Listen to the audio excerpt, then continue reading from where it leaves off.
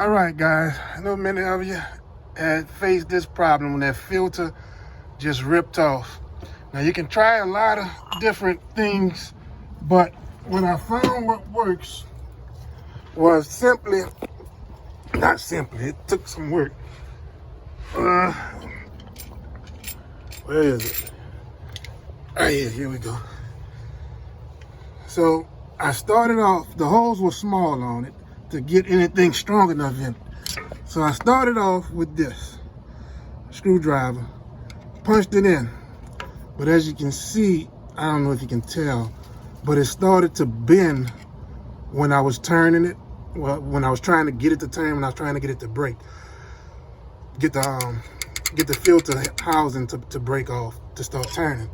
So I left it in there, and I had this chisel. And this here chisel is a quarter chisel, quarter inch. And I took it, you see how sturdy that back is. So once I got this in there, I took and I got my hammer and I punched it in there. You know, it didn't take far, but I punched it in there pretty good. And then this pretty much just turned it around, got it going. All right, hope that helps.